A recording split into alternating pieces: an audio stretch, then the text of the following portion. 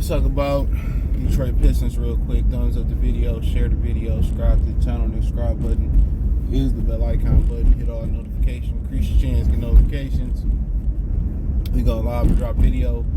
Let's talk about some of the problems that still plaguing the Pistons. I think Killian had a solid game versus the 76ers.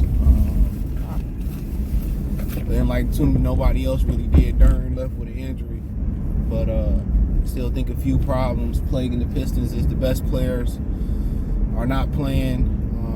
Players still getting injured, and that ain't nothing that Monty really can do other than manage practices and try to just manage shoot-arounds and give guys rest. But I don't think that's the problem. And I think those are two major issues right there. And then obviously because the lack of shooting ties into the lineup, and I think Monty kind of got some of that Dwayne Casey when they talk about the best player playing.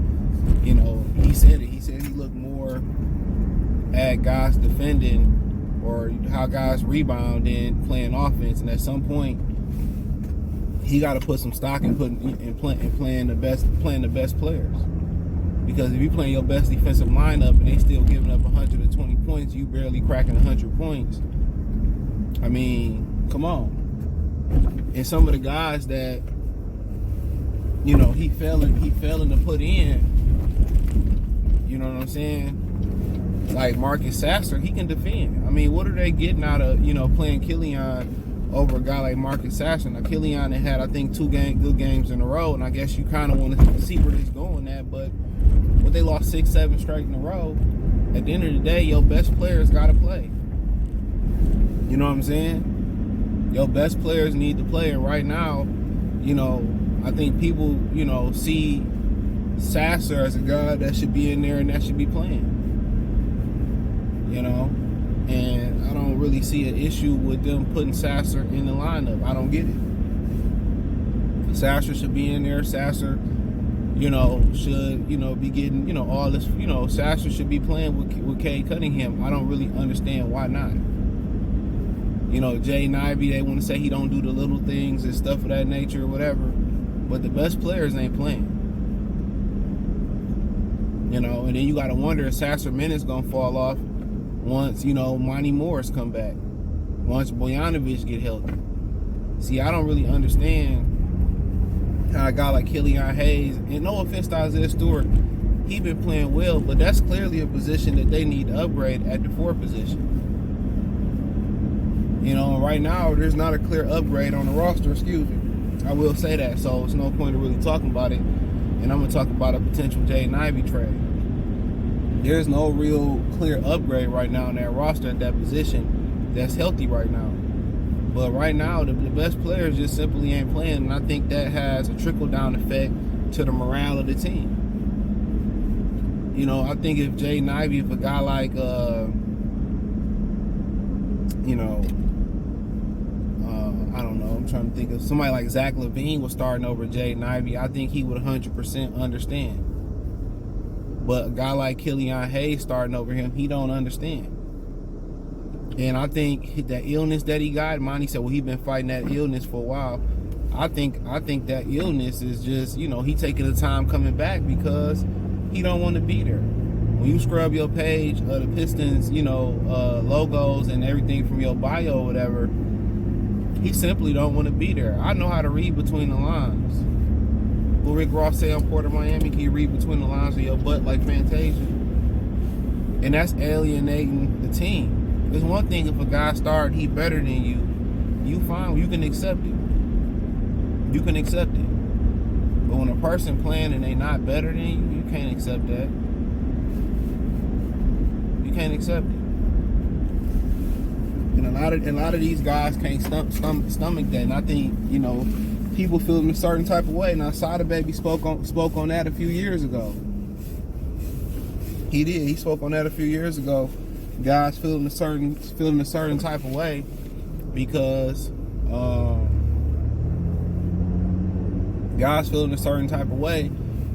Killian Hayes is starting over them. But to each his own. Now, if it's the theory that Rashad Phillips had, that they just trying to showcase him so they can trade him, and what you think you're gonna get for him? Nothing. So when you talk about them not playing their best players, it ties into all of that. And they got a lot of faith in some of them guys, in a lot of those guys from that first draft class with Stewart and Killian Hayes. A tremendous amount of faith in those guys. And, you know, Stewart is showing to be solid. But you see how Giannis banged on him? I mean, he can't guard dudes on the perimeter. You can't guard him at the basket. What good is he in the starting lineup? And it's sad to say he their second best offensive player outside of Killian these past 2 games. So it's just to the point where I just think it's killing the morale of the team. It really is. The best players should play. And I don't think anybody got an issue with them inserting Sasser into that lineup. I don't think he's going to take away from what Cade do. I think he's going to help Cade. And that's until Bojan Bogdanovic possibly come back if they don't trade him. Even with Jaden Ivey, I mean, a lot of people around the league is baffled on why he ain't playing.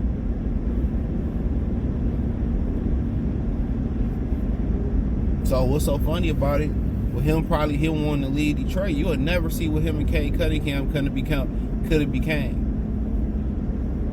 You will never see it. And what's so hilarious about the situation? Is that it's the Detroit thing to do. It really is. Have 2 guys that you draft that you never get an opportunity to see if they can work together. You don't even try an experiment to see if they can work together, and then you toss one of them. You know what I'm saying? But you seen that the Cade and Killian experience didn't work years ago, and you still go back to it. No matter the coach or the regime, you still go back to it. That's wild, and that's wild in my mind. That's wild. That's wild.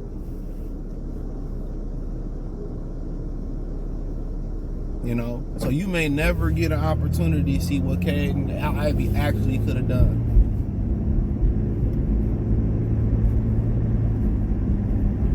You may never get that opportunity.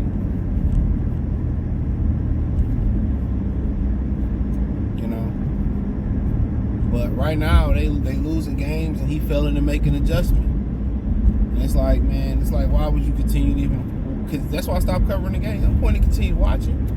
That's insanity. Watching them doing the same thing over and getting the same results. Ain't nobody getting better. Ain't nobody growing. Other than like a Short Thompson and Killian, we already seen this. He have a couple good games, and then he'd go on the drought. I'm just tired of watching the same shit over again and them make the same mistakes. You know what I'm saying? Would you keep taking somebody back that keep making the same mistakes in your relationship? Absolutely not.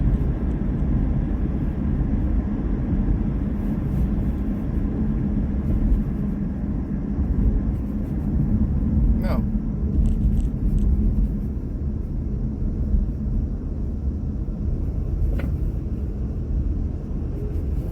No. You will not.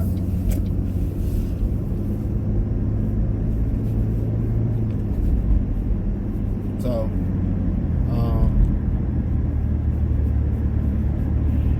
but that is what it is. And then you go to the health side of things, right? You go to the health side of things, and half the team on the goddamn bench in street clothes. Somebody posted a picture. Somebody just these street clothes in Detroit. You have, Ivy went on the bench because he's sick, or supposedly sick, and then you have Bogdanovic, Livers, Monty Morris, it was a bunch of guys on the sideline. These dudes are always injured. Jalen Dern injured again with the ankle. They wasn't even halfway through training camp, and Jalen Dern ankle was already injured. What is going on with these players across the league, bruh? You know, you had like 7 players sitting on the bench already injured, and we ain't 10. I don't even think we 10 games in. We just 10 games in or something like that. We just 10 games in. And they think only reason people go down to the Piston games on the real is because they cheap and it's entertainment. If they was in Auburn Hills, that shit would be empty. Excuse my language. And that's no cap. It's an attraction because they downtown. We go down there, hit the game up, it's cheap.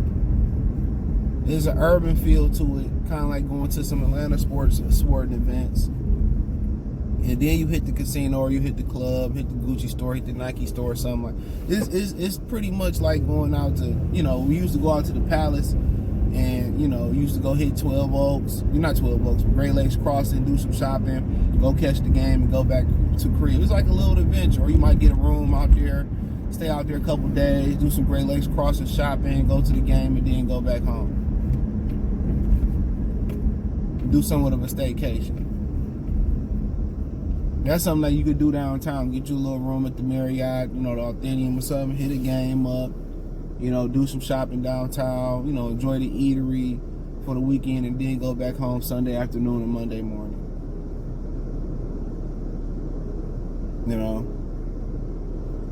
That's what it is. That's what it is. That's all it is. I lost my chapstick.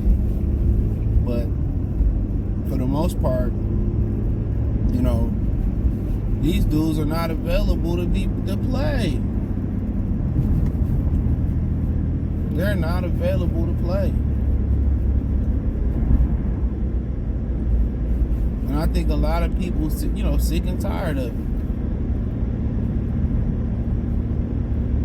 Sick and tired of it.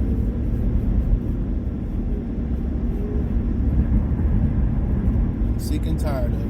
So, once again, those are the two major two things that's plaguing the Detroit Pistons. The best players are not playing, and they refuse to make an adjustment. It's a bunch of injuries, so it is what it is. Check out Detroit Piston Talk playlist. Thumbs up the video, share the video, subscribe to the channel. The subscribe button is the bell icon button. Hit all notifications, increase your chance to get notifications. We go live and drop video financially. Want to support the channel? Cash App, $CJ Good 313, Venmo CJ Good 313, PayPal link in the description. Hit the link tree. Find me on Twitter, Instagram, Spotify, Anchor, Cash App, Venmo, PayPal, Apple Podcasts, Google Podcasts, the whole nine. Or just Spotify and Anchor. Appreciate the love, support, peace.